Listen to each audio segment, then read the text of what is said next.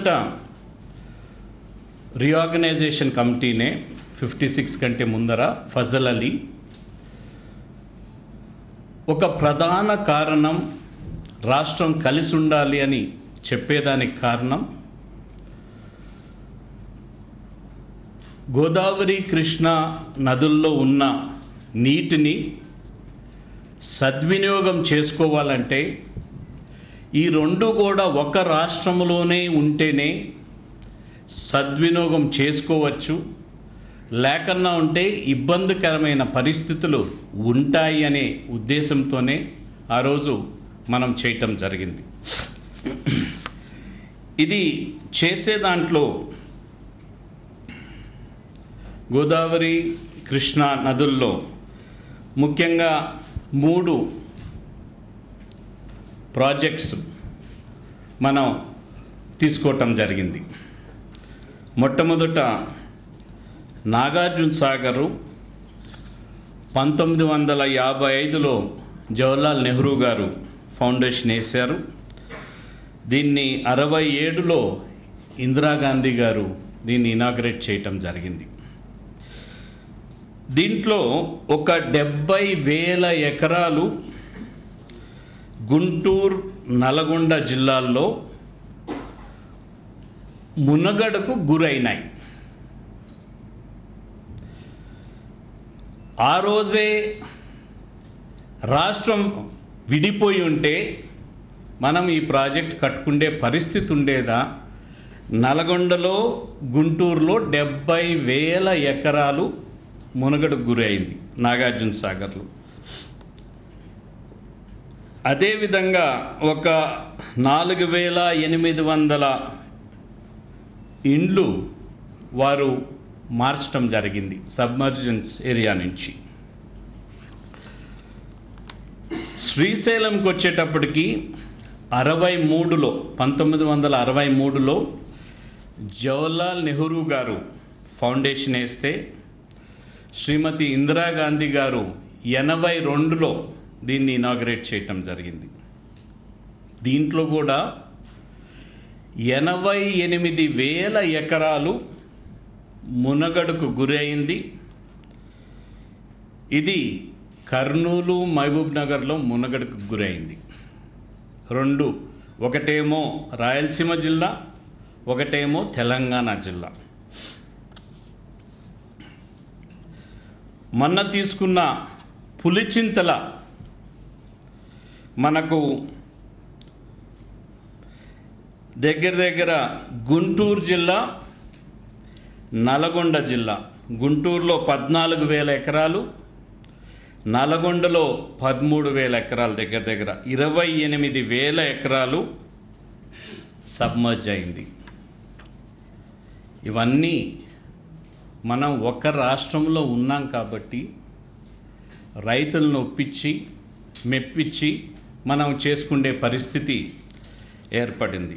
అదే పోలవరంలో మనం ఇప్పుడు పడుతున్న ఇబ్బందులు అన్నీ కాదు, చాలా కొంచెం కొన్ని గ్రామాలు కానీ కొన్ని మాత్రమే ఒరిస్సాలో ఛత్తీస్గఢ్లో మునగడకు గురైతా ఉంటే మనకు చాలా ఇబ్బందికరమైన పరిస్థితులు, వాళ్ళని ఒప్పించేదానికి చాలా ఇబ్బందులు మనం గురి కావాల్సిన పరిస్థితి ఏర్పడింది. వారితో లిటిగేషన్ వచ్చే పరిస్థితిలో మనం వాళ్ళని ఒప్పించే ప్రయత్నం కొనసాగటం జరుగుతూ ఉంది. కేంద్రాన్ని కూడా మనం ఒప్పించే ప్రయత్నం చేయటం జరుగుతూ ఉంది.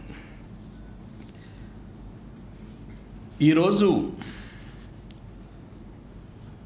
లక్షలాది ఎకరాలు సాగులోకి వచ్చాయంటే ఆ రోజు ఆంధ్రప్రదేశ్ రాష్ట్రం వచ్చింది కాబట్టే మనకు ఈ సాగు మనకు చేసుకోగలిగాం. ఈరోజు సాగు జరుగుతూ ఉందంటే లక్షలాది ఎకరాలు మనకు సాగులోకి వచ్చాయి. దీంట్లో ఉన్న ఇబ్బందులు కూడా నేను మీకు చెప్పడం జరుగుతుంది. మనం కొంచెమైనా కూడా వ్యవసాయంతో ముడిపడిన ప్రాజెక్ట్స్లో ఇబ్బంది వస్తే రైతులు మనం 65-70% కేవలం వ్యవసాయంపైనే ఆధారపడి జీవిస్తున్న రైతులు. వారికి ఇబ్బంది వస్తుంది. మనకు ఫుడ్ గ్రెయిన్ ప్రొడక్షన్ కూడా గణనీయంగా తగ్గే పరిస్థితులు ఉంటాయి.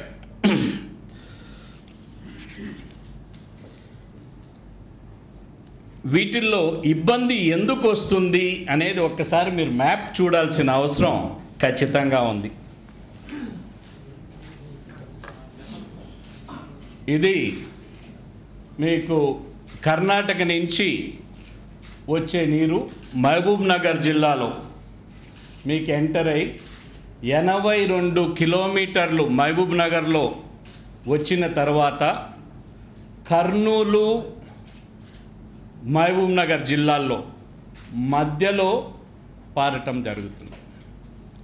మధ్యలోకి వచ్చి శ్రీశైలం డ్యామ్ మనకు ఇరిగేషన్ ప్రాజెక్టు, ముందర పవర్ ప్రాజెక్టు, ఈరోజు ఇరిగేషన్ ప్రాజెక్టు కూడా అది అయింది. మనకు శ్రీశైలం నుంచి మనకున్న సమస్యలంతా కూడా ఒక పక్క మహబూబ్ నగర్లో, ఒక పక్క ఇప్పుడు ఇక్కడి నుంచి ఏఎంఆర్ నల్గొండకు ఒక ప్రాజెక్ట్ జరుగుతూ ఉంది. కర్నూలు, అనంతపూరు, కడప, చిత్తూరు, దీని తర్వాత తెలుగు గంగ అవన్నీ కూడా నెల్లూరు, ఈ పక్క వెలుగొండ, ప్రకాశంలో, అంటే 8 జిల్లాలు శ్రీశైలం ప్రాజెక్ట్ ద్వారా మనకు నీరు అందటం జరుగుతూ ఉంది. అప్రాక్సిమేట్గా 74 లక్షల ఎకరాలు ఇప్పుడు వరకు సాగులో ఉంది ఈ శ్రీశైలం డ్యామ్ ద్వారా. ఒక పక్క పెన్నా ఆయకట్లో కొంచెం, Tungabhadra high level canal, low level canal, Telugu Ganga, ఇవన్నీ కూడా తీసుకోవటం జరిగింది. వీటిల్లో 2 ప్రధాన అంశాలు ఉన్నాయి. Allocated water, flood water. శ్రీశైలంకి వచ్చేటప్పటికి శ్రీశైలంలో ఉన్న మనకు అలొకేటెడ్ వాటరు 99.7 టీఎంసీలు మాత్రమే. కానీ మనం వాడుతున్నది 300 దగ్గర 25 టీఎంసీలు. మనకు ఈ ప్రాజెక్ట్స్ అన్నీ పూర్తయితే మనం వాడకంలోకి రావటం జరుగుతుంది. తెలంగాణ ప్రాంతంలోనే 175 మిలియన్ యూనిట్స్ ఎలక్ట్రిసిటీ జనరేట్ చేసేదానికి లిఫ్ట్ ఇరిగేషన్ ప్రాజెక్ట్స్కి రోజుకు కావాల్సి వస్తుంది మనకు.